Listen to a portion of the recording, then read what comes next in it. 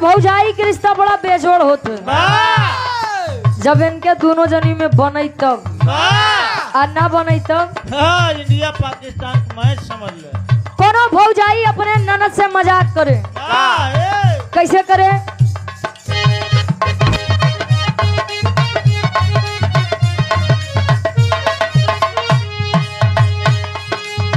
सोनावा के लाकिटिया सिकड़िया नु हो,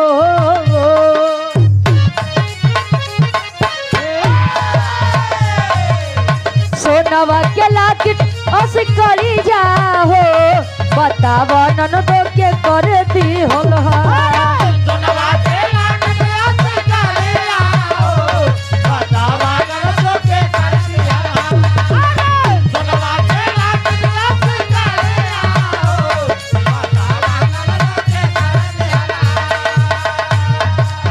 सोनावा के लाकिटिया सिकड़िया नु हो, बतावा ननदो के करे दी होल दोनों गलिया पे साथ के निशानिया हो, बतावा चुपा के कर